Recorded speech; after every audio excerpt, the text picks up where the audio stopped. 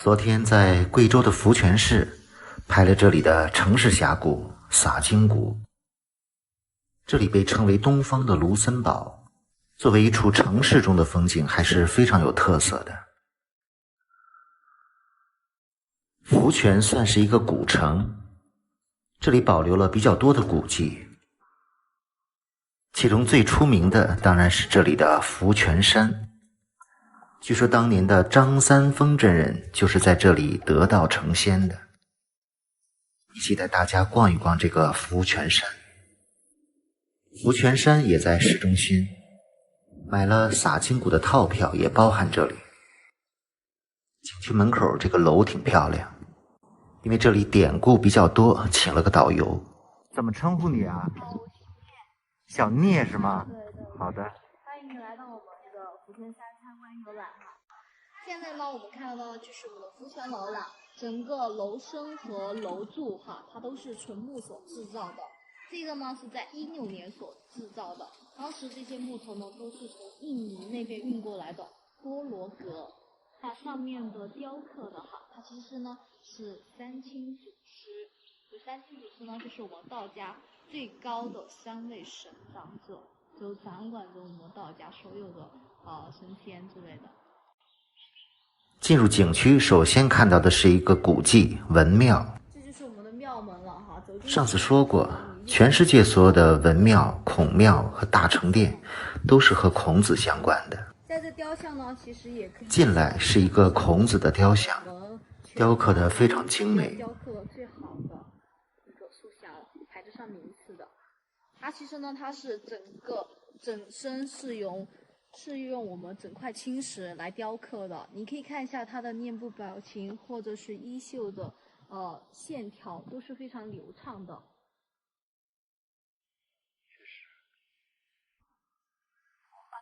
福泉的这个平乐文庙建于明朝，因为唐玄宗曾经追封孔子为文宣王，所以都把他的庙叫文庙。为什么会叫大成呢？因为我们追封孔子为大成至圣先师，是集夏商周文化为一体的。像那边就是有国立交通大学。哦，这以前是国立交通大学哈。对，在这里办了6年的6年。然后遗址哈，我们现在一直沿用到16年的时候呢，这里的还是我们福泉中学。等于一直是个学校是吧？对，左右两侧的话分别为香贤祠或者是明焕祠。在香贤祠和明焕祠呢是在明朝以后才有的，因为朱元璋刚取得政权民心不稳，所以说下令每个文庙必须建造明焕祠或者是香贤祠。明焕呢，顾名思义就是本地方当官的，或者是考取功名到外地当官的，就可以入住我们的明焕祠。最有名的古代人呢，叫曹维成，是我们贵州唯一一个武状元，也是云贵地区唯一一人。来看看文庙里的大成殿，里面呢主要是供奉的就是我们儒家5大圣人，他其中呢有2位是他的弟子，有1位呢是他的孙子，最后有1位呢是相差100多年的孟子。这几个人的顺序是谁呀？上面写的是声名未有，他的题词呢是我们雍正题给孔子的，写的是自生民以来从来没有人能像孔子一样那么圣贤。他的原籍的话，他是在孔府的你可以看一下两边的对联非常有意思。对联写的是儒也能儒，士也能士，这边写的是道亦可道，名也可名。说什么意思呢？就是儒释道3教合一的地方都可以在我们的福泉山全部体现出来，加上外面的阴阳爻的话，才组成我们现在看到的一个八卦的图。太极广场紫金葫芦是吧？对，大葫芦正对着福泉山。文庙的旁边就是福泉山了。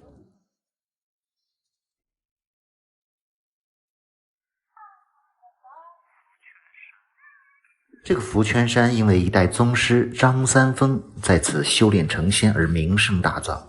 三丰碑林，近来有一个很有意思的三丰碑林，这就是自写真容，这是张三丰的自画像。他的头发，你可以看一下，他头发呢，长发呢聚于额前，右侧的话是有一朵牡丹花，3片绿叶相辅衬的哈。也就我们说簪花之人哈，以前古代簪花之人呢，代表的是一个文人墨客的象征，所以说在这里呢就代表了他的身份。是不是感觉这个自画像和影视作品里的张三丰形象大相径庭花开之意，你可以看一下他的这个长发聚于额前哈，他其实有点像铜钱一样，穿宽大的道袍，手心向上做佛手印，这是佛家的手印嘛？释迦牟尼的一个手印，其实和我们刚刚进来的时候呢，那副对联是相对应的。化为鱼眼，你可以看一下，像金鱼一样哈。我们说八卦里面哈，含有阴阳鱼眼，比如说这个鱼眼呢，就可以洞察世间万物的一个真理，这么意思哈。手呢化为龙形的走势哈，这是我们后世看出来的。你可以看一下，这个呢就是龙的一个上颚，这是它的眼睛和下颚，加上的衣袖部分的话，组成了一个龙身的走势，还是比较形象的哈。山上有一口井，名为福泉。福泉的名字就是由这口井得来的哈，福泉。山中有口泉，名为福，因此得了山名叫福泉山。因为山名呢，又得了此城名叫福泉市。全因这口泉水，也称之为福泉人幸福的源泉。现在这个井还有水吗？有，还真是。张瑞图所书的一个道字，它其实呢是通字的变体字。对，是一个通字。对，他说的是通则悟道，悟道则通。蓬莱第一山，是我们三丰祖师爷说的就把我们福泉山比作了蓬莱，因为蓬莱呢是一个仙境，没有人能找到的地方下面呢就是他所书写的一首诗，是张三丰写的是吗？对，张三丰的字吗？对，全国唯一一个张三丰的一个手托石刻碑，字还挺漂亮的。写的是囊中九转丹成，掌内千骑陶熟，蓬莱石叶坠如泥，白云浮向山中树。黔南第一山门，蓬莱第一仙山。那就是我们的张仙池，里面主要供奉的就是我们的张三丰。下面你可以看一下那个瓷鸡，下面那个瓷鸡你看一下哈，上面写的是武当山得道，这一篇下联写的是福泉山成仙。它是由前任道家协会会长闵志廷先生为我们所书写的，写的就是在武当山悟的道，却在我们福泉山成了仙，就大大的肯定了当时张三丰就是在我们福泉山成仙得道的地方。这边呢就是我们的高真观，第一个主神呢，我们主要是供奉的就是我们的真武大帝。为什么呢？因为我们的武当山的第一位真神主神呢就是我们的真武大帝。第三层的话就是我们三清祖师，刚刚也说过了三清祖师呢是我们道家最高的3位神长者，是以道德天尊、灵宝天尊和元始天尊为首的。那个草鞋是吧？这是传说张三丰一脚踏出的草鞋井。可以看得出来的。张三丰在福泉这个地方修炼了7年，修成之后又回到了武当山。这是张仙祠里面的。对面呢就是我们的太极宫，右侧这个白墙灰瓦的那呢就是我们的平乐客栈。主要你可以看一下中间的那个水，可以看一下是什么形状。天然形成的八卦嘛。对，天然形成的一个太极湖。所以说说呢，太极呢就符合道家的思想格局。比如说这呢就是我们张三丰为什么会选择在我们修道的原因，这是第一个。第二个呢，你可以看一下突出水面的那个小山坡，有个小小的山坡，就有点像龟头，有点像。对，后面的话就是它的龟背了，所以说有两个龟嘛。我们说那个湖水弯弯曲曲的，像灵蛇一样，形成了龟蛇锁江湖。这个福泉山不高，但是个好地方。历史上张三丰也是个云游道人，他也是武当派的创始人，是太极一代宗师。更多人知道他在武当山和青城山的故事。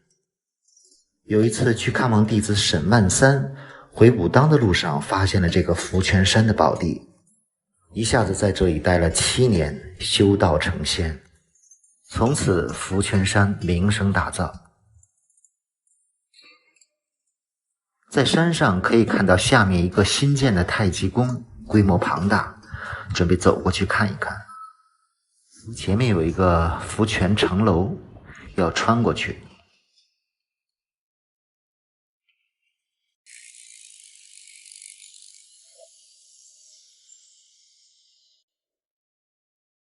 穿过城楼，前面这一片景色非常漂亮。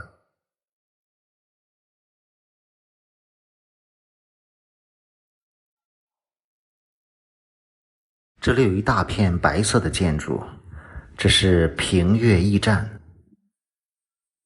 古时候这里也确实是个驿站，现在这里建成了一个比较高档的酒店。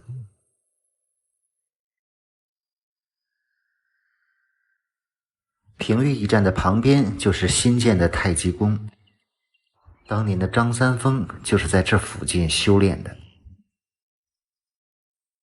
现在这里建成了一个很大的园区，太极宫。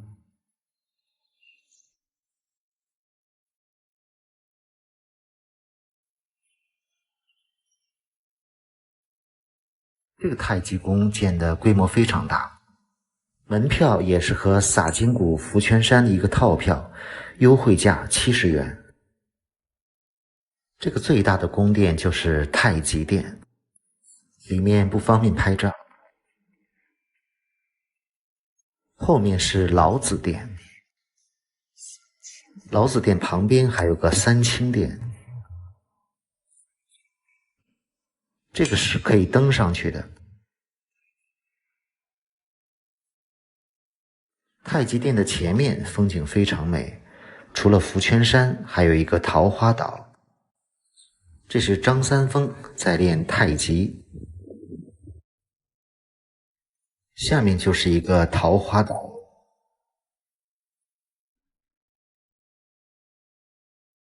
这一片有山有水，景色优美。从福泉山上看，这个桃花岛水的形状就像是一个八卦图。旁边的小山就是龟背山。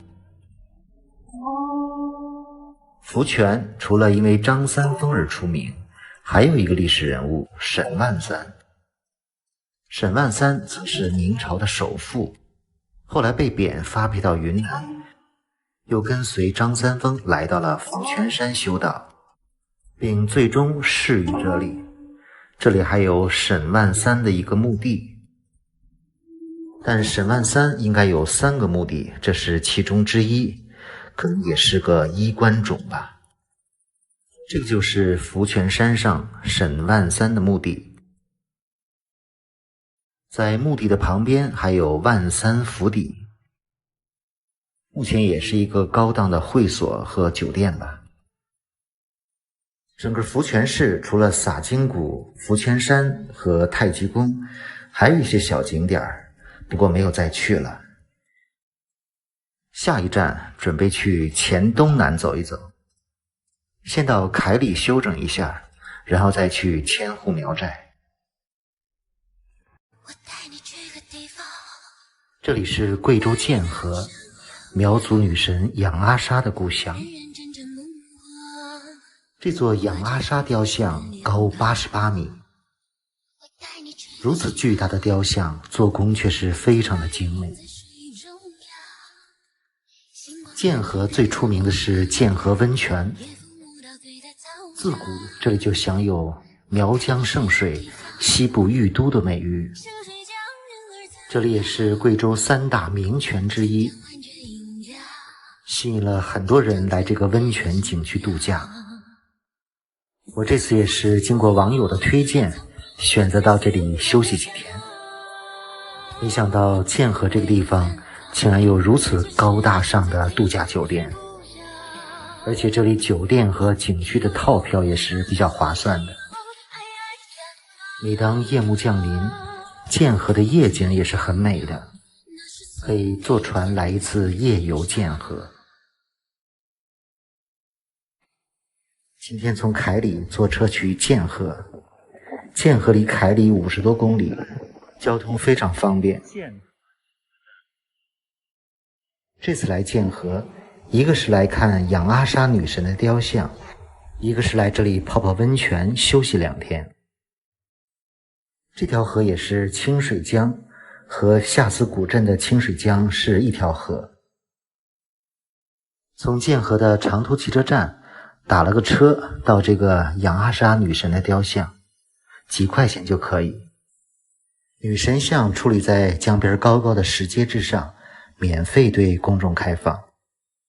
这座雕像2017年竣工，整体高度88米。天边那颗星出现，你可知我又开始想念。这座雕像是纯不锈钢拉丝工艺制作，做工非常的精湛，完美体现了苗族女性的装束和配饰。其中底座是22米，人物高66米，分别取自于当地的苗族节日2月2和6月6。爬上土坡，接近女神。这座女神雕塑也被确认为是世界上最大的苗族女神雕塑。仰阿莎是苗语的音译，意思是清水姑娘。传说仰阿莎是一个美丽如清泉的姑娘，她的美丽为日月所着迷，她的歌声为万物所倾倒。而她与太阳、月亮之间的爱情故事凄美悲壮。不过她的故事被传播最多的是她与太阳分手，与月亮私奔。这座精美的雕像造价8000多万人民币，高度比美国的自由女神像还要高一些。在女神塑像这边打卡拍照之后，打车前往温泉小镇。从剑河的县城到温泉小镇景区大概10公里左右，打车30块钱，也有公交车到达小镇。这个温泉小镇实际就是剑河的温泉景区，整体感觉就是一个度假城，面积很大，环境优美，有很多古色古香的建筑。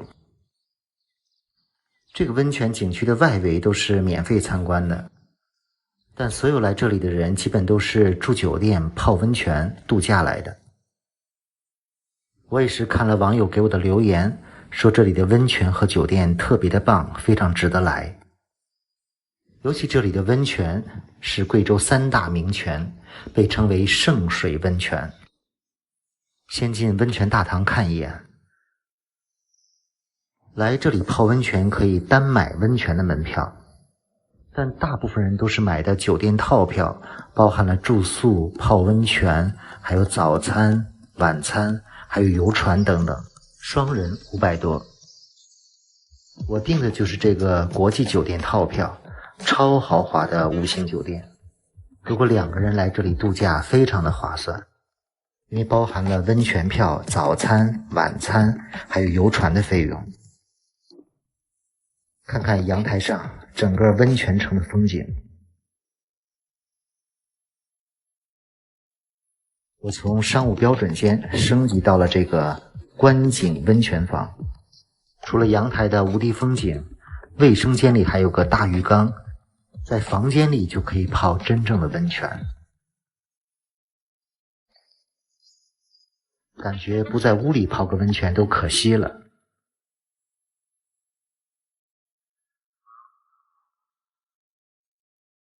在房间休息了一会儿，准备到酒店周边转一转，然后去泡温泉。据说这个温泉景区整个投资10几亿，确实是一个非常高大上的旅游度假胜地。这里四周群山环抱，酒店里的园林也非常精美，很多地方拍照都很美。现在来到了圣水温泉，来这里泡温泉了。这个温泉大堂设计的也是非常豪华，里面有80多个露天温泉，还有一个室内水疗馆。先来看一看这个室内的水疗馆，各种水中按摩的设备，还有室内的小游泳池。这个室内的水疗馆更多的感觉像是一个室内的娱乐设施。现在去室外温泉看一看。来这里泡温泉只要自己带个泳衣就行了，其他的都可以免费使用。看云雾缭绕的，好像仙境。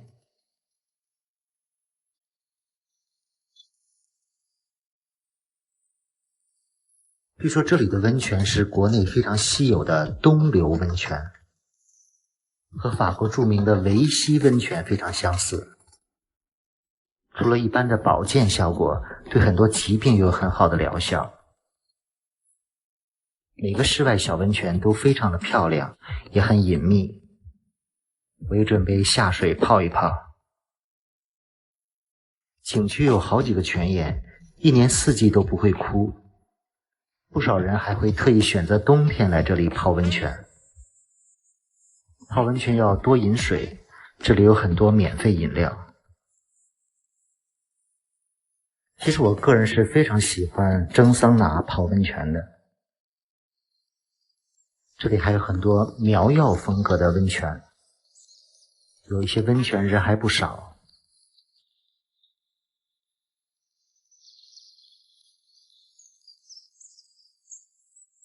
准备体验一下这个苗药区的温泉。我对温泉的水温非常敏感，一般都泡39度以下的。泡了2个温泉，准备去吃晚饭。这个套票里是含早餐和晚餐的。今天的晚餐就安排在了室外温泉的这个餐厅，自助餐。可能现在游客不多，晚餐自助餐也比较简单，4、5个热菜，有粥有汤，水果小点心，对我来说足够了。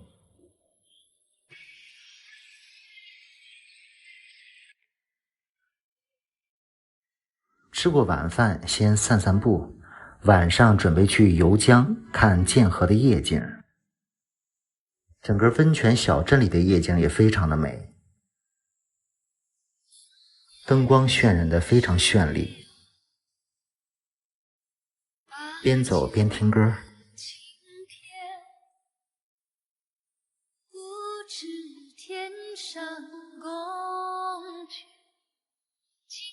这是酒店提供的免费去码头的班车，酒店套票里也包含了这个游览清水江的游船。这是县城清水江的码头，要坐这里的画舫游船。游船现在驶离了码头。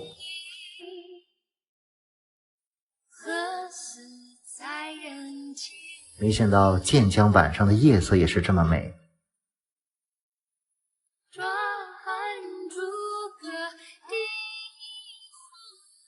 两岸的灯光把清水江也映照得非常美丽。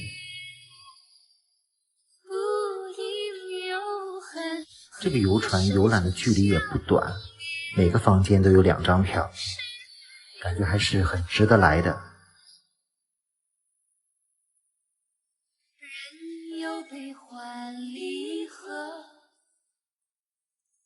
远处是彩虹桥。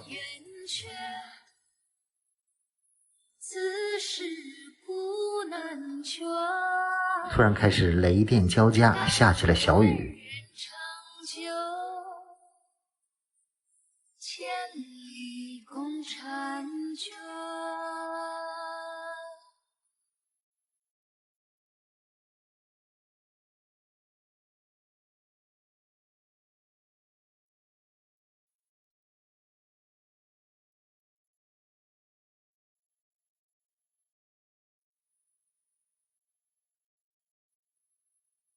剑河也曾经获得中国最美风景线贵州的10佳县城之一。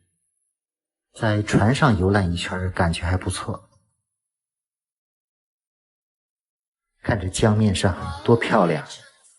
归去，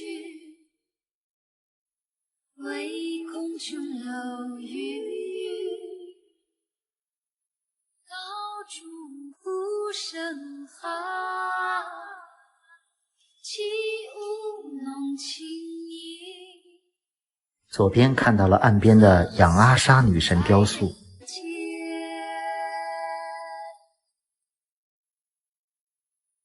壮汉诸葛地火照，不灭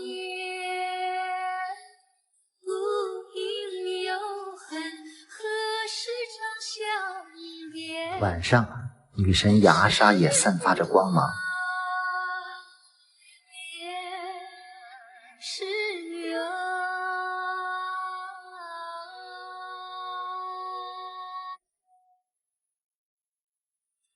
背后电闪雷鸣的。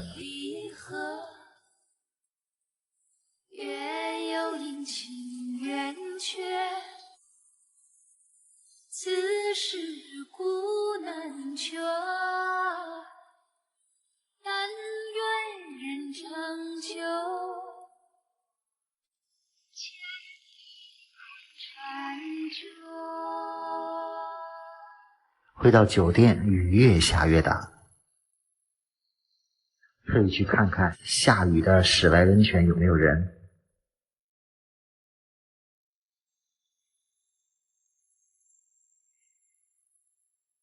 晚上的室外温泉还真的挺漂亮的。本来还想着在晚上体验一下泡温泉，因为确实挺美的。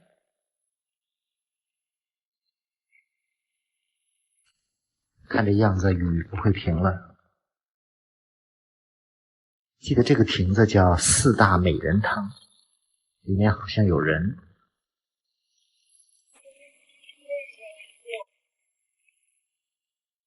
雨确实下得有点大，晚上泡温泉的计划彻底泡汤了。突然想起来，房间也可以泡温泉。现在回到了房间。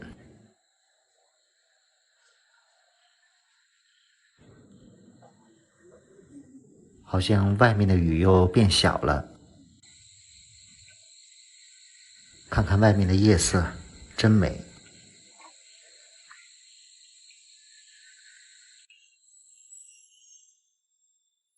体验一下在房间里泡泡温泉，这可是真正的温泉水。今晚也不打算做视频了，好好的泡个温泉，睡个好觉。谢谢观看，明天见。昨天来到了贵州剑河县，住在了温泉小镇仰阿莎国际酒店。在剑河选择了比较休闲的旅游方式，可能接下来的几个行程也会选择这种比较休闲的旅游方式，给自己的身体放个假。这个剑河温泉的国际酒店确实非常棒。从空中看是一组庞大的建筑群，除了酒店还有很多的娱乐设施。如果不是因为疫情的缘故，估计节假日这里的游客也是比较多的。这里的温泉网上的优惠价大概是80，另外还有很多其他的套票。当然最超值的还是买酒店的套票，就像我这样。继续昨天的视频，昨晚泡了个温泉，睡得特别的香。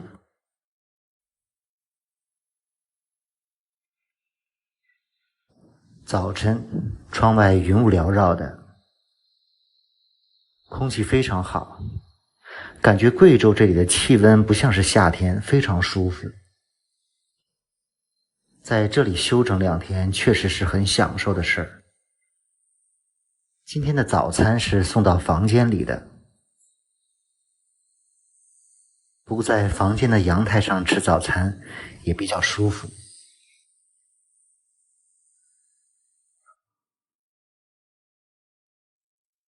吃完早餐，坐着发发呆。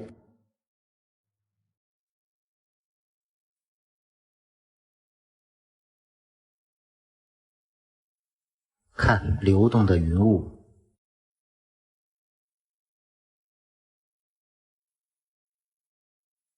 这里也是天然的大氧吧，一大早就看见有人去泡温泉了，准备出来爬一爬旁边的小山，从高处看一看这个温泉景区。感觉这里打理的还是非常干净的，晚上开着阳台也没有见蚊虫，一只小蝴蝶。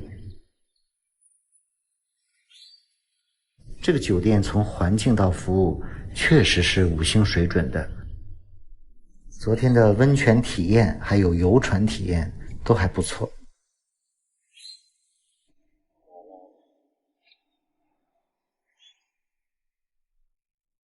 沿着栈道和柏油路可以走到半山腰上。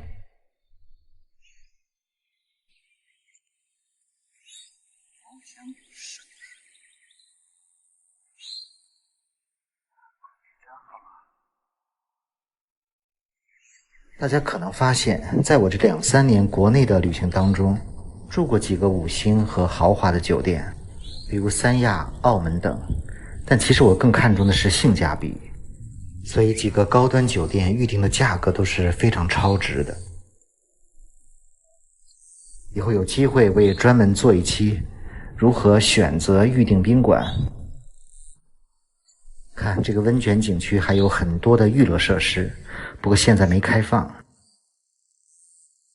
中午吃过简餐，休息了一会儿，下午又来到了温泉城。主要这个温泉景区里玩的东西比较多。这是温泉大堂，这个剑河温泉获过很多奖项。在大堂前台换了钥匙牌进去。这里面吃喝玩乐样样俱全，可以待1天。这里有很多温泉池和设施，可以看一看怎么泡。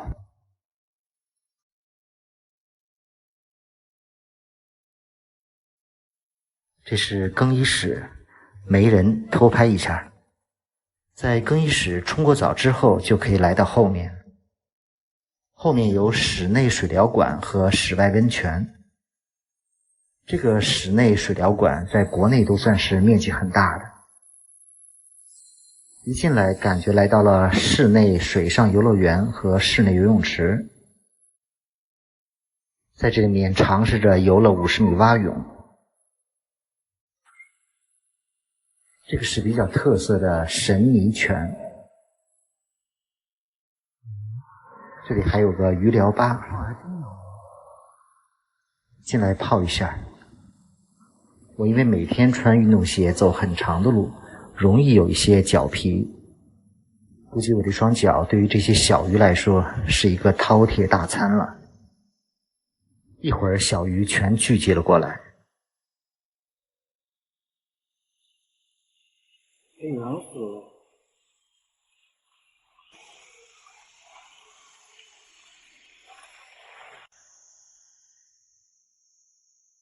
再到户外温泉池转一转。泡温泉的时候基本想不起来拍照，就看一看都有什么特色的温泉池吧。这个是苗药的温泉池，昨天泡了特别好。这边属于樱花区，虽然现在的樱花是假的，但是环境还是挺美的。旁边的亭子就是4大美人汤。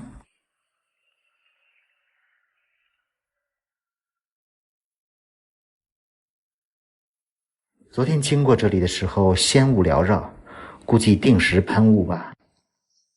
这个剑河温泉一年4季都开放，没有什么季节性。很多人更喜欢冬天下雪时候来泡。这是昨天吃晚餐的地方，不过今天的晚餐有人请客。这是酒店的中餐厅。很巧，这里的一位老总看过我的视频，非常喜欢，一定要请我吃饭。盛情难却，欣然前往。了解到我不吃辣，特别点了一些粤菜。对，好，这是不是特意给我点的？因为我不吃辣的，真好。非常感谢这2位老总。这是猪肚鸡汤。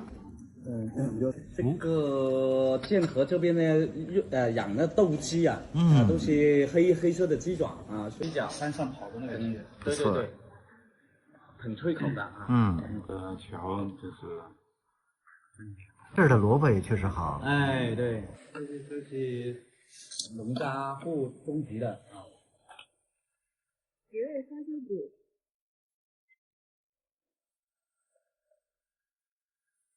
菌子是本地的这个菌子上生产的，这个啊，也就是剑河这边呢是它是大力的发展这个林下经济嘛，都是种在松树林下面啊，林下经济，对，就是树林下面所这种花椒骨，绝味花椒骨，这是排骨是吗？对，给我们刘老师介绍。这个是腌的吗？啊，对啊，这是腌制的啊。这些菜都非常合我的胃口，再次谢谢2位老总。昨晚下雨都没有好好欣赏温泉城里的夜景，吃过晚饭出来转一转。晚上这里还有不少人在泡温泉。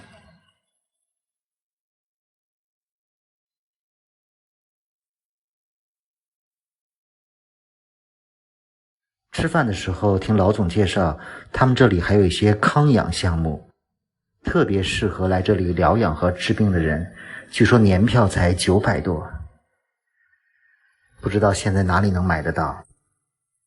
如果有年票，住在县城或者温泉城边上，真的不错。毕竟这里的3个酒店价格相对都比较贵，长期来疗养不可能住在这样的酒店。但对普通人来说，偶尔来一次，我觉得还是非常享受的。看到景区里除了这个国际酒店，还有2个酒店，不过现在因为疫情原因没有开，估计是4星，比这个国际酒店要便宜不少。晚上回到酒店房间休息，看我这个阳台的门这么开着，也没有蚊虫。看晚上的夜景多漂亮。明天打算离开这里去镇远，其实镇远也去过2次了，所以这次去镇远也是来一次休闲之旅，争取给大家拍一拍美丽的镇远。现在早晨起来去吃早餐，今天的早餐不在房间，去餐厅吃自助餐。酒店的走廊也很漂亮。这里是西餐厅，早餐自助，一起看看酒店免费提供的早餐都有什么。虽然游客不多，但早餐还是相当丰富的，比第一天晚上的自助餐要丰富多了。这肉末的辣吗？我还是比较喜欢吃这种酒店的自助早餐，非常丰富，应有尽有。2天的视频，我也基本把套票里包含的这些服务项目都展示了一遍。我个人觉得，如果来贵州做深度的自由行，尤其是几个人自驾来建江的话，可以选择买这里的套票，在这里住一晚，确实很划算，也非常舒服，就当做一个长途旅行中的休息站。很多人很关心我接下来的旅程还要在贵州待多久。其实贵州我大部分地方也都去过了，但很多网友还是希望我能拍一拍那些地方。我也尽量听取网友的建议，再在黔东南、铜仁、六盘水来一次休闲之旅。明天前往镇远来一次休闲之旅，准备在镇远度过一个端午节，在那里看个龙舟大赛。带走我的心啊，把它藏在心啊。这里是贵州的镇远古城，凡是到过镇远古城的游客，几乎都会对它赞不绝口。这里山河秀丽，民俗淳朴浓郁，人文内涵丰富厚重。这里被誉为世界10大最佳旅游胜地，中国最美10大古城。今天开始镇远古城的深度之旅。镇远古城交通非常方便，火车、汽车都可以到达。我是从建江坐客运车到达的镇远古城，提前订好了客栈。这家客栈的位置非常好，而且很有特色。据说以前这个位置是镇远镖局。看一看我的房间。因为是端午节之前订的，所以价格非常的实惠，只有100出头，还给我升级了房间。看看房间阳台外的风景，太棒了！房间正对着这里最著名的建筑青龙洞和祝圣桥。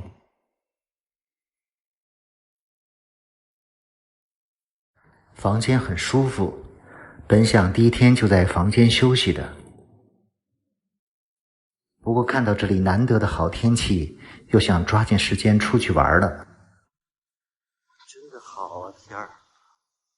爬山去。民宿旁边就是石屏山，古城里是有公交车的，非常方便。前面的山就是石屏山。山上可以看到整个镇远古城。大象，公园门口一个大象的雕塑。趁着天气好，准备爬山看一看古城全貌。以前爬过这个石屏山，半个小时就上去了。路上看见一只小猫，别跑，别跑！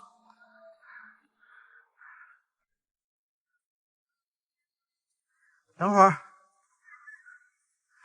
我。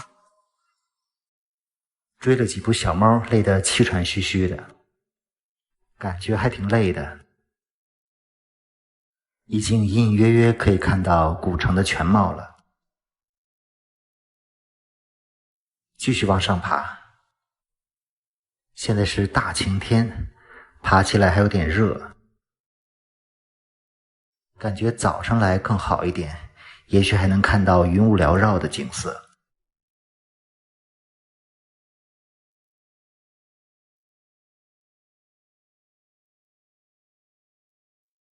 到了山上的观景亭，就是在古镇街上抬头看到山上的亭子。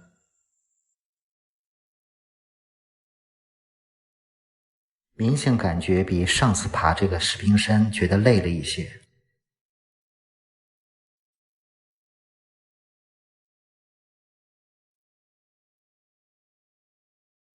下面就是镇远古城，中间的河叫五羊河，河水蜿蜒，向 S 型穿城而过。从空中看，很像一个太极图。两岸有很多的传统民居。继续往上走，还有一段古城墙。这段路看着有点陡峭，其实很容易走。这个石屏山的海拔是600多米，看上去还是比较雄伟险峻的。尤其是从古城往上看，这个山像一个大屏风矗立在山中，所以被称为石屏山。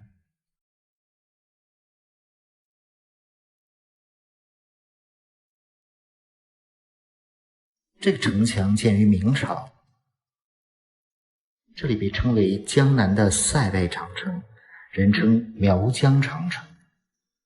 这个城墙的长度是2公里，高大概5米。我现在走在城墙之上，这个位置是城墙的一端，往后一直延伸2公里。这里也算是一个登高处，最高点可以往下看一看。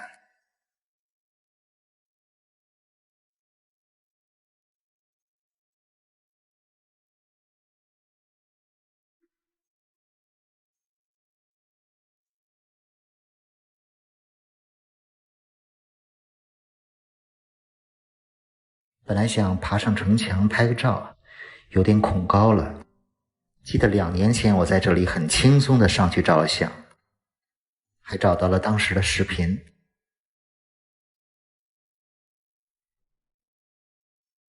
看一看整个镇远古城的全貌，中间的小亭子就是刚刚爬过的观景亭。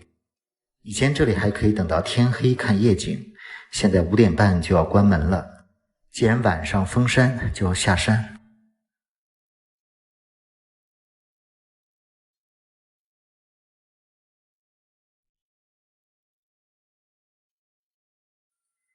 回头看看，就是刚才登上的观景亭。回民宿吃过晚饭，休息了一会儿，准备去这里的新大桥看日落。古城面积虽然不小，但是核心的景区就在新大桥和祝圣桥之间这一段。这个就是新大桥，和我住的祝圣桥2座桥之间大概有800米左右。走上桥，这是桥上看到的风景。在新大桥往这个方向看，可以看到日落的方向。不过感觉来晚了，太阳落山了，但可以看到晚霞和两岸灯光慢慢亮起的瞬间。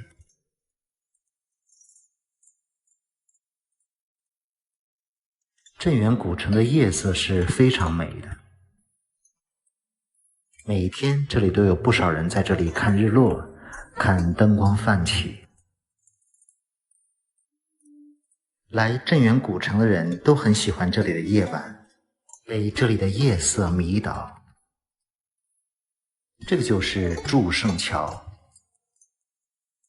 非常上镜的优美的一座古桥。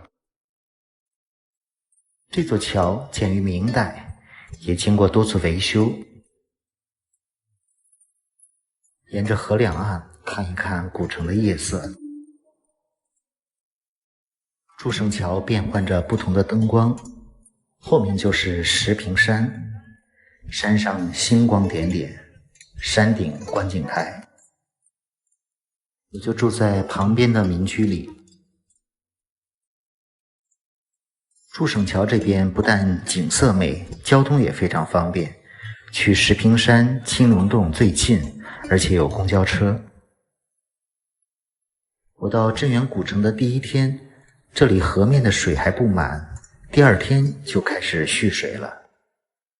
看古城的夜色，尤其是拍照，一定要天刚刚黑的时候过来。很多人会把镇远古城和凤凰古镇及其他古镇做比较，可以说镇远古城还是有自己独特魅力的。如果把国内的古镇排个名，我一直认为镇远古城应该能排在前5吧。河两岸遍布餐厅和酒吧。镇远古城是不需要门票的5A 景区，而且这里住宿相对便宜，交通又特别便利，所以受到了越来越多游客的喜爱。欣赏一下两岸的夜色，多美！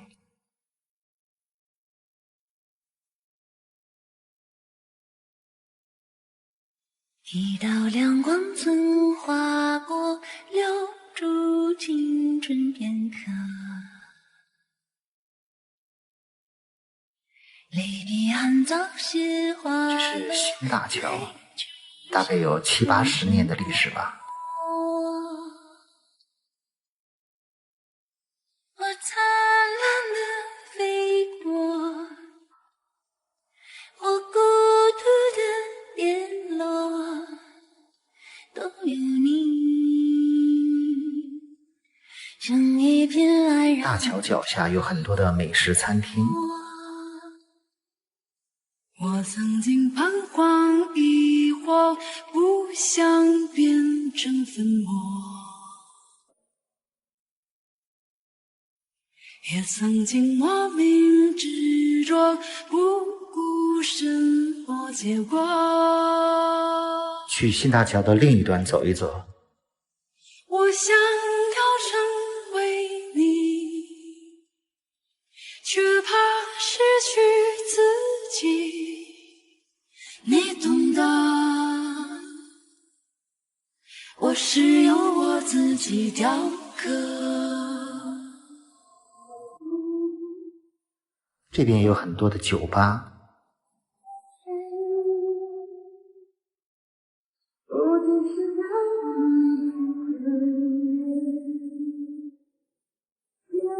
这边有一个非常高大的阁楼。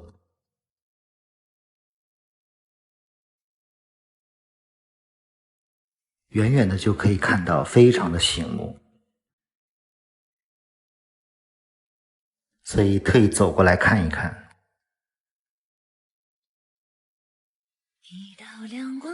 镇江阁，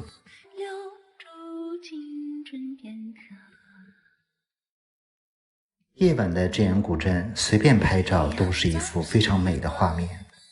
据说看镇远古城夜景最好的方式是坐船游览，不过第一天到的当晚，游船还没有开放，如果开放就体验一下。现在走回了客栈，抬头看石屏山上点点星光。昨天很多人问我客栈的名字，大河关驿站。这个客栈比较古色古香，但它并不是木质结构，所以住起来还是非常安静舒服的。美中不足的是没有洗衣机洗衣服。镇远古城的住宿我觉得不贵，非假日期间几十、100多的很多。我这间属于比较精品的民宿了，确实是观景最好的位置了。明天准备去没有去过的地方，镇远的五羊河。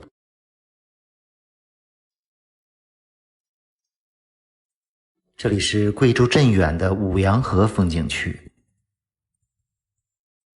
这里山色水韵，风光迷人，兼具了刚与美、雄与秀、朴与巧、贤与仪之美。五羊河景区是国家4A 景区，在这里可以坐船游览，全程18公里。今天来到了五羊河风景区，这个五字可以3点水，也可以不带3点水，现在通用了。景区的门票现在半价20元，但是一般来这里都坐船游览。从景区入口到码头大概有800米的路程。进入景区，一下子觉得这里很美。峡谷两边的山属于喀斯特地貌，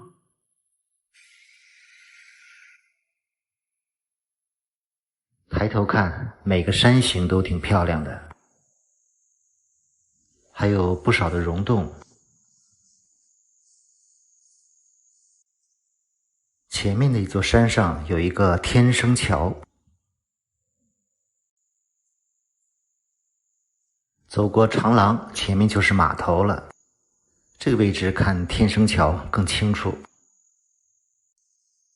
这里的游船都是比较大的游船，整个坐船游览的时间是3个小时，将近20公里，船票是100元。这个时期虽然游客不多，但是船都正常运行。现在坐船准备出发，一起跟我游览一下这个美丽的五羊河。它分为楼上和下2层，一次可坐180人。天山桥它是一种地理现象。船上配有一个讲解员，沿途有20-30个景点都会详细讲解。从码头往前要开几百米才能够真正进入到五羊河。这个景点叫唐僧取经，上面有师徒3人。前面挡在面前的一座山有一个图形叫破镜重圆，是破镜重圆。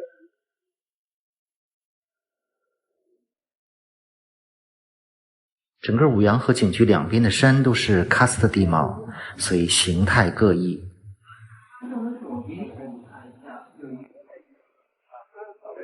前面这座山上像有5个老人，叫五老峰。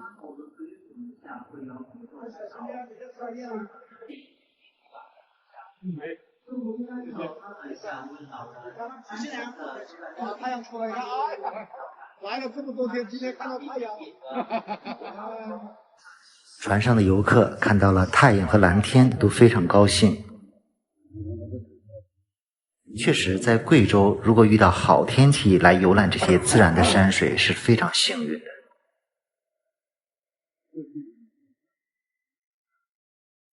这里的自然风光很像是小三峡，其实也可以把它当作长江上的一个小三峡，因为五羊河最终流入到长江的支流沅江上，而且这里的山更加奇丽俊秀。前面这个凸起的叫将军柱。前方我们看一下后面非常的开阔，分为上游跟下游，右边是上游部分，左边是下游部分。到这里才真正到了五羊河，右边是上游，左边是下游。右侧上游，游船要先向右边游上游，然后返回再游下游，一共18公里。慢30米的这边实力，这里旁边色为主，略微的偏红，中间还带有一点点咖啡的颜色，显示烈火烧制的梦的不比思议。火烧赤壁。这地貌与喀斯特地貌结合所形成的，两个地形合为一体。这个现象呢，在地理上也是非常罕见的，相当有研究价值。现在先前往上游游览。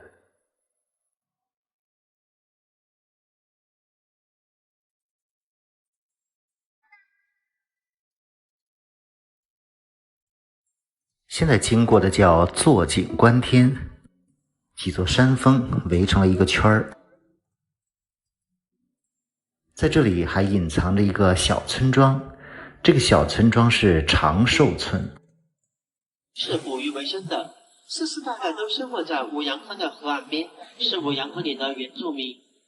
整个村寨也不大，一共只有24户人家，139户人。当然却是镇远县唯一的一个长寿村，因为这里的空气非常的好，空气中含负氧离子非常的高，所以村子里的平均的老人年龄都是80岁以上的。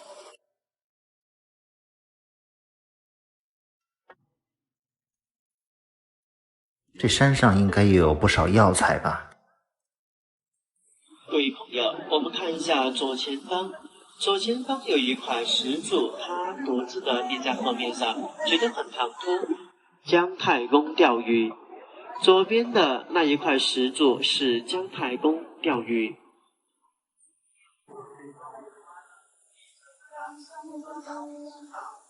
大象。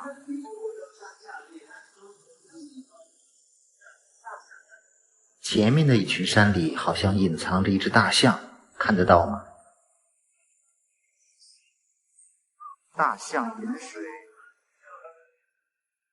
形状好像是大象在饮水。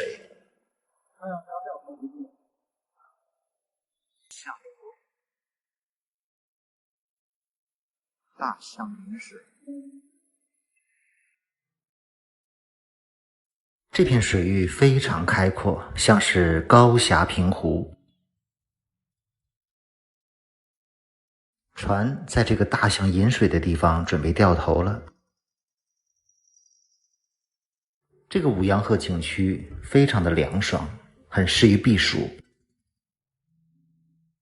看，这个游船还是很大的，说明这个五羊河还是非常宽的河。这个河中矗立的石头就是姜太公钓鱼。船缓缓地向前开进。据说当年民族英雄林则徐也曾经路过这里，写下了镇远道中的16句长诗，来赞叹五羊河的奇秀山川。看，眼前的山色水韵，风光多么的迷人。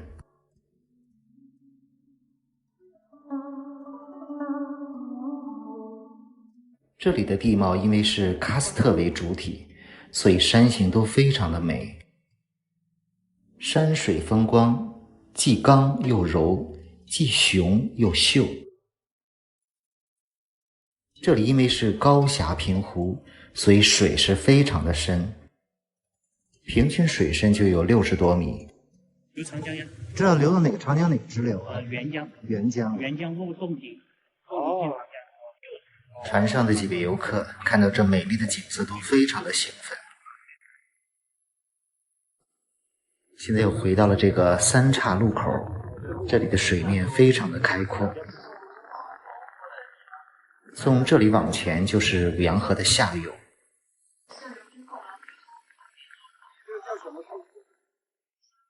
水面上山的倒影非常清晰。五羊河也算是长江流域上的一个支流中的支流，所以这段漂亮的峡谷风光，导游说也叫小三峡。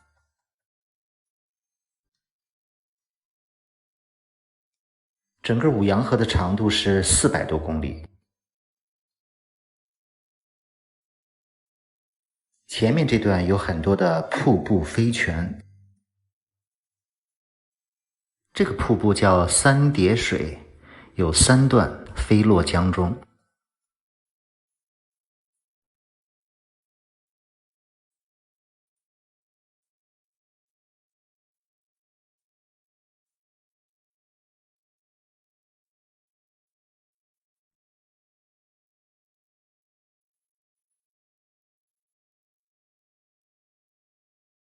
来镇远旅游，坐这个大船游览五羊河风景区，几乎是必选的线路。这段流域确实很美，很值得过来。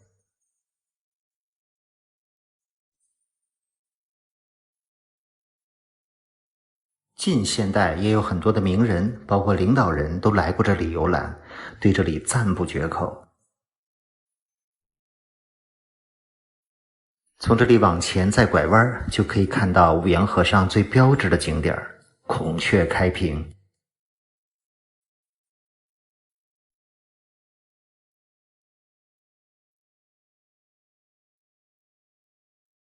它是2分数字组成的，白的是孔雀头，高的是孔雀旗，而后面就是一座湖心的山，刚好会跟孔雀都在的大尾巴。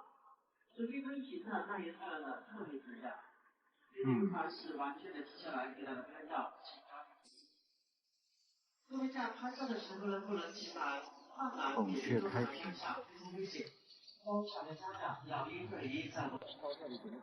这个孔雀开屏的石柱也非常的高，在这里拍照留念一下。这个就是五羊河最标志的景点孔雀开屏。这个景点也是五羊河景区游览的一个终点，开始往回返。整个游船的时间是3个小时，100元的船费，我觉得还是物有所值的。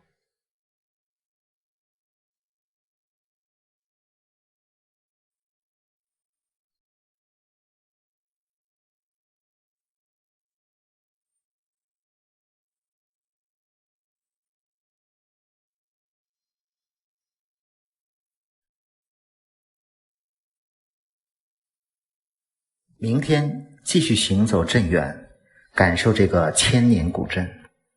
请明天继续欣赏镇远的文化之旅。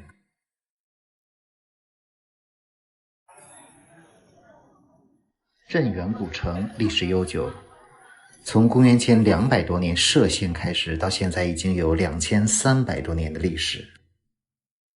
虽然现在看到的古城是不断的扩建翻修，但是城内外仍然保留了不少的古建筑和传统民居。尤其是镇远的民居建筑中，最绝的就是歪门邪道了。今天带大家转一转这里的歪门邪道，看一看这里的古民居。现在来到的是四方井巷，一个小巷子。这里因为巷子里有一口方井而得名。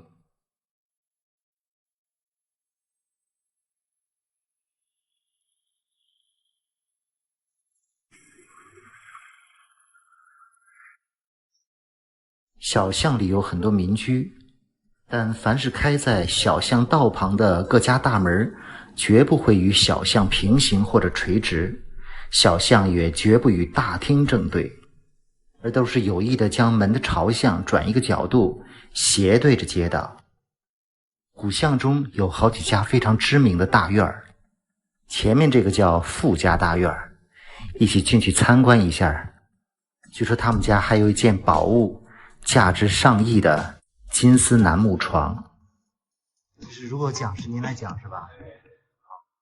为了了解的仔细，请了个解说。你到这个大门口的时候啊，首先看到的就是上面有4个字“封堂昭泽”。封堂昭泽是吧？哎，那个是读昭，不是读明啊，很多人读成明泽了啊。傅家大院是全城唯一的一户大户人家，经历了清朝、民国、土改、文化大革命，一直传到现在第9代，主人没有改变，房屋从来没有翻修，只有这么一家。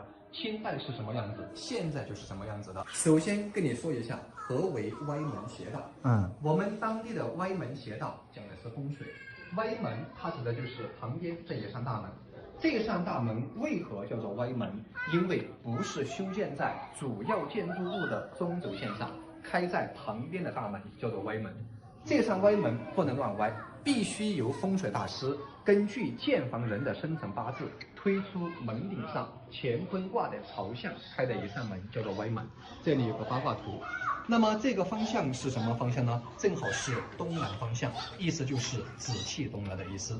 先有歪门，后有邪道。我们外面走的那些巷道，那都叫邪道。在清代的时候所指的邪道，是我们脚下的这条路过去，然后再从那边那个台阶走上去叫邪道。为什么会把边上的这条路叫邪道呢？因为在200多年前，仆人、丫鬟命不好的人进了歪门之后，低着头沿着墙角走的一条道路，称之为邪道。而这条路呢，是主人家达官贵人才能走，所以在这个院子里就形成了尊卑之分2条道路。这里上去的梯步，你刚好进来应该都没注意到，一共用了多少步台阶呢？那时候用的数字是有讲究的，不能乱用的啊。很多游客都会数成是9步，但是呢不能用9，为什么？9代表皇帝，那可是掉脑袋的。您看最上面只用了一个半级，8级半台阶，就是1人之下万人之上的级别。因为傅家祖辈是在朝廷当官的，后来弃官从商之后，后代为了讨生活，就扛着墙壁上的这2根扁担，从江西的南昌一路走到这个地方做桐油生意，发了大财。后来在清朝道光年间成了当地的百富之首。这个讲解员讲解得非常仔细。上面这块金字匾呢，4个镀了黄金的大字“良弼名家”，什么意思呢？良就是好的意思，弼就是辅佐君王的意思。那么这4个字连起来的解释就是辅佐君王的良臣之家。上来之后呢，我们先看门板上的雕刻，再进里面参观，因为这些雕刻太有意思了。这几扇门叫6合门，数过去一共有6扇，也叫它6扇门。门板上所有雕花全都是200多年前木匠纯手工雕刻出来的，没有任何一处是后来翻修的。您发现一个问题没有？下面门板上一共有6幅画，每一幅都不一样，除了美观之外，每幅图里面都是有寓意的。那么这些图案到底讲什么呢？请看第一幅图，这幅图主要是讲一样东西，我们最喜欢的什么东西呢？钱。你看，一棵摇钱树长在瓶子里，瓶子下方有一头回头鹿，这回头鹿取谐音指的是俸禄的意思，就是说只有朝廷发得出俸禄，国家才会平安。国家平安之后，还要靠年轻人继续努力，但是努力的这个年轻人还需要有一个平台，所以古人都知道平台很重要，现在也一样。年轻人就借助平台，用双手抓住摇钱树，努力的再去摇，这钱就一串一串的掉在自己身上来。只有自己身上有了钱之后，才会狮子滚绣球，报喜进家门。这是一个家，这就是第一幅画的意思。有了接班人之后，就要告诉他，唯一的一条路就是要读书。只有读好了书，受到了教育，才会大富大贵，飞黄腾达。只有努力学习，越过了龙门，才会变成一条龙。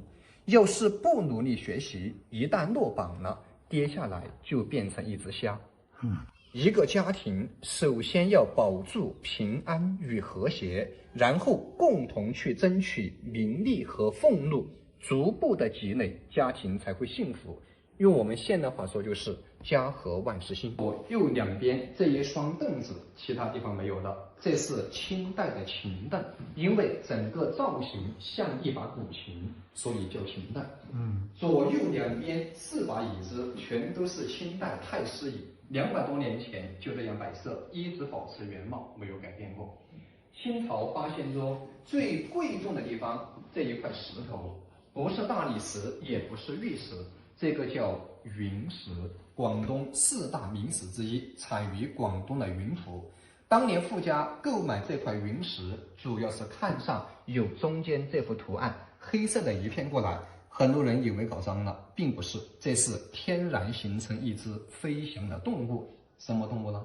蝙蝠，有点像。两边是翅膀，中间是身上，这是尾，这是头。因为蝙蝠的蝠跟幸福的福构成了双福的意思。往后面看，抬头看一下上方，又出现一个天井了。这种建筑不是我们当地建筑，这是典型的徽派建筑，形成了景外景的一幅画面。天井里可以看到外面有风景，外面的山仔细看一下，像不像一把扇子？天然形成富家院落一块屏风，所以很多人就说这里是一块风水宝地，后面有靠山。现在富家第7代的2位老人家，2口子70、80岁了，就是住到上所这一间，只有这一间我们不能参观，因为这100年老宅要有人住才会有人气啊。好，跟我这边。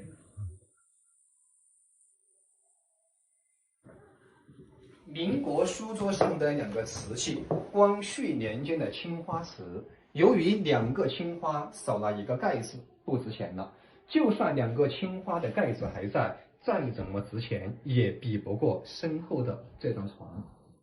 你看到的这张床是双层镂空楠木床，看上去反光，因为上面全部镀了黄金，所以才反光。就因为这是一张楠木的，所以在这栋古宅里面啊，永远都排不了第一。还有一张金丝楠的，我们等一会儿去看。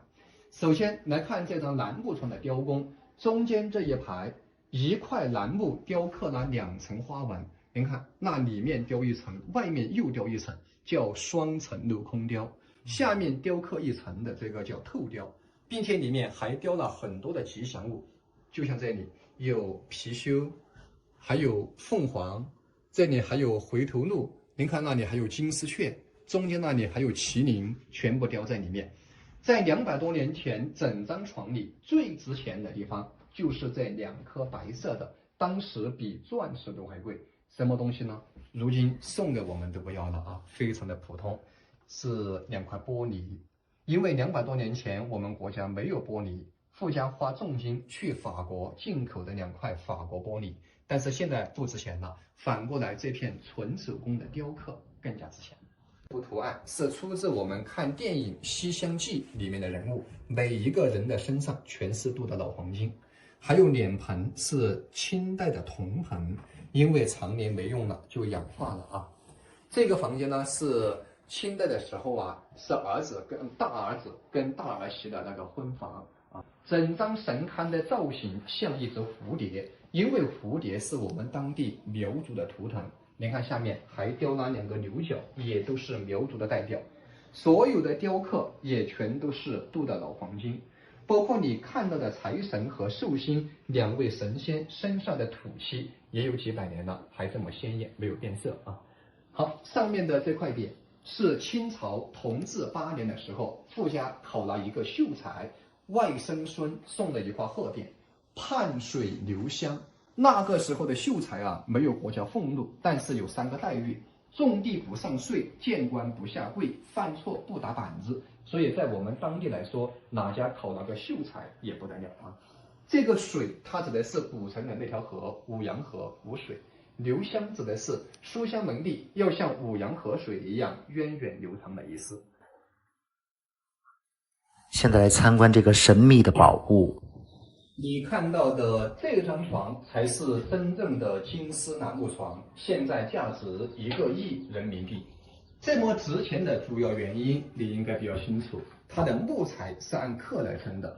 除了木材按克来称之外，主要是它的工艺失传了。这是5层镂空雕金丝楠木床。除了镂空雕有5层之外，先数一下它外面这个层次也有5层。你看，上面下来有3层，第4层在左右2边，第5层在最下面。200多年前，请木匠就到这个房间里，整整花了7年时间才完工的一张床。仔细看看，价值上亿的床。当时让木匠最为难的地方，就是中间长方形那一块，是用一块金丝楠木从一个平面往里头雕了5层花纹进去。每层花纹不一样，有的地方就像针一样的细，一不小心就会搞断的。在这种难度下，还把麒麟和凤凰雕在最里头，像这种工艺在我们国家早已失传了。2边的圆有4层，2边的长方形有4层，只有中间那一块雕的是5层。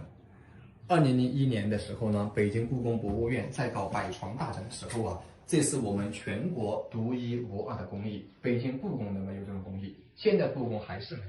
当时估价是2000多万。整张床的设计是按照当地苗族风格设计的，所以它的造型就像苗姑娘戴的头饰一样。很多人就问我，当年富家花了这么大的代价打造一张床有何意义？我问了富家第7代老人之后才明白，他老人家告诉我说，是为了炫富，没有什么意义的啊，就这个意义。好，那我来这个。好，这一间是书房，是县政府用来接待省级以上的领导开会的地方，现在也一样。接待过哪些重要人物呢？就像国家前任主席胡锦涛来了2次，坐的椅子就是那一把明代的将军椅，李秋雨都到过这里。面前这一块贴金的这个叫插屏，插花的插，屏风的屏。插屏的主要用途就是装饰性，没有什么重要意义的。这张书桌光绪年间的，用的是北方的老榆木，我们经常说过的榆木疙瘩，就这个木材，价值比不过2个笔筒，这个是小叶紫檀，那一个是大叶紫檀。上面小叶紫檀上面的这个纹路啊，就像高山流水一样，叫做火焰纹啊。大叶紫檀呢不是很值钱，跟它在一起不是一个级别的。管家上去啊，看富家商船的，现在看不到了，前面建高楼了。很多人问我，富家下人住哪里？住在西院，以前这里有扇门，直接过去的。后来富家败落之后，就把东院一片和西院给卖了，最后就把这扇门也封了。要是不卖的话，就完蛋了啊！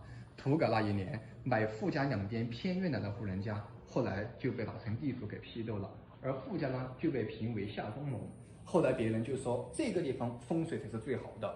该富的时候比谁家都富，该穷的时候又比谁家都穷，才把这里一直保存到今天。听了导游的介绍，是不是对歪门邪道有了新的认识呢？古巷里还有一些大院作为民宿和餐馆来经营。这是一家老字号的餐馆，进去吃点小吃。这家最知名的是豆腐脑，不过我还是更爱吃北京风味的豆腐脑。这个视频就介绍到这里，下期继续镇远之旅。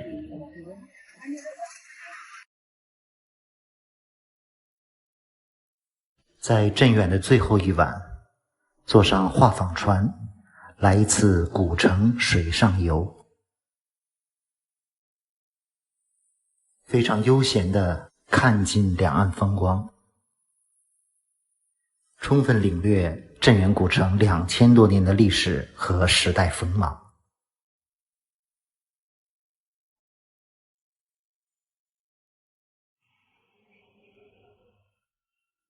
外卖吃了饺子，这次在镇远停留了5、6天，每天非常悠闲。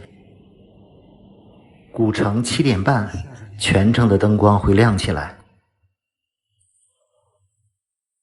今天是在镇远古城的最后一晚，准备去坐船游览一下这个镇远古城。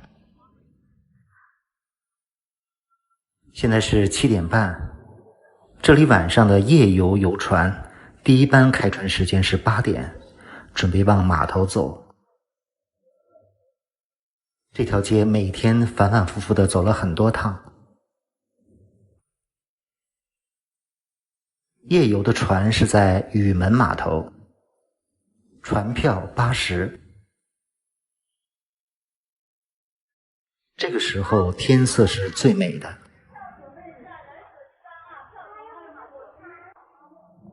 上船，开启一场镇远古城的梦幻之旅。现在船驶离了码头，一起欣赏下镇远的夜色。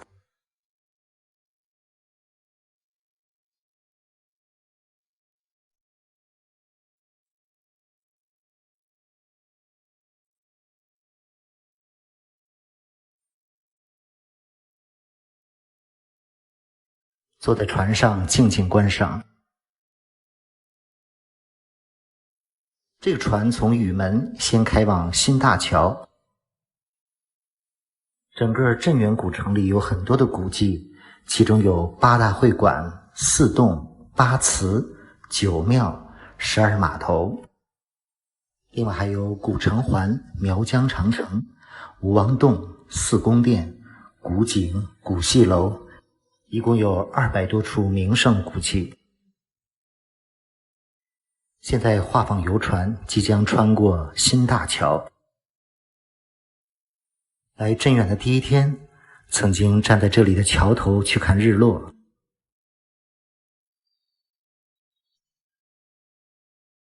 这个新大桥建于1944年，这个桥可以通车，目前仍是镇远古城最重要的一座交通桥。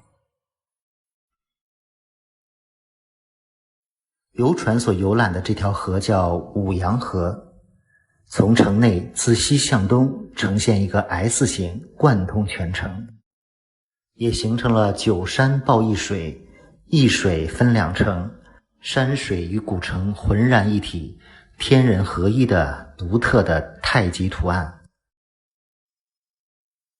河边的古民居、古巷道、古码头都保持着明清风貌。很多中外游客把镇远古城比作东方威尼斯，所以来到东方威尼斯一定要乘船游览一次。尤其是这里的夜景实在是太迷人了，比威尼斯还要漂亮很多。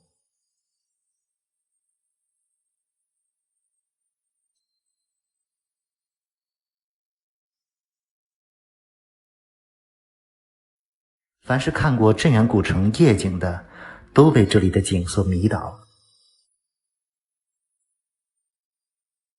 这里曾被评选为世界10大最佳旅游胜地，也被评为中国最美的10大古城之一。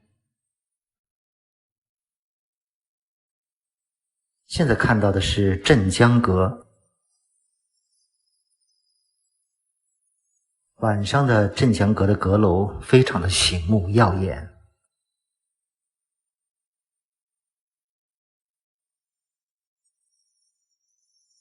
真的是太美了。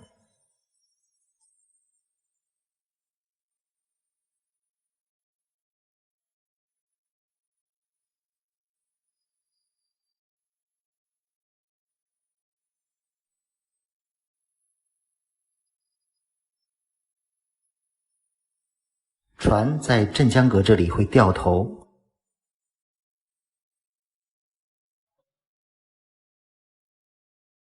现在重新穿过新大桥，前往祝圣桥。这次在镇远古城停留了5、6天，但也只是游玩了主要的景点，还有一些小景点也没有去到。但凡是去到的地方，都给我留下了比较好的印象。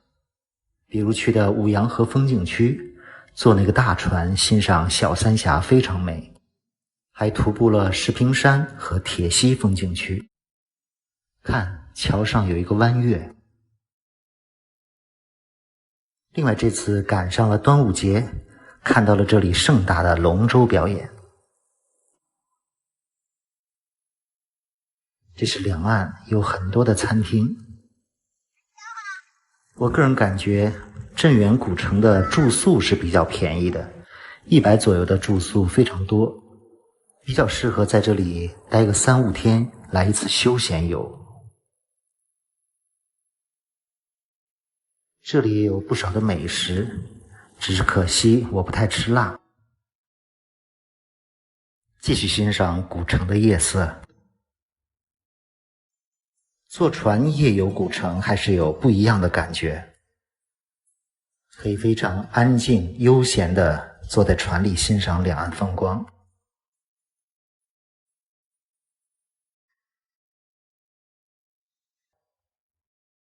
因为就住在桥边，每天都可以看到这座美丽的古桥。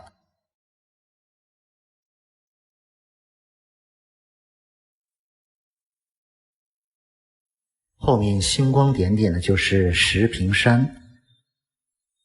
如果登这个石屏山，建议早上来比较好。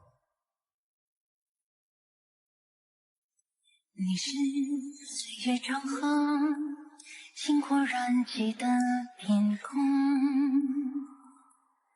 我是仰望着，这是我很喜欢的青龙洞。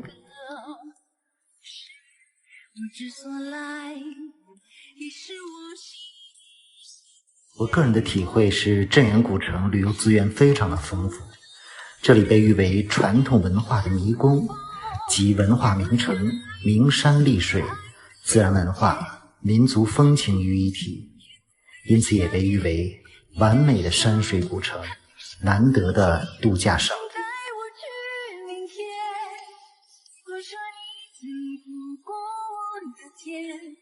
我愿活着你的愿不啊，愿有啊，只剩是每一天。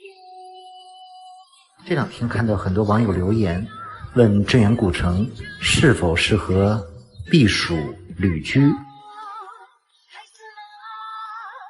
个人体会，这里毕竟是旅游胜地，好像没有那种包吃住或者民宿自己可以做饭的合适地方，所以我感觉玩几天可能更合适。看，多么让人惊艳的夜色！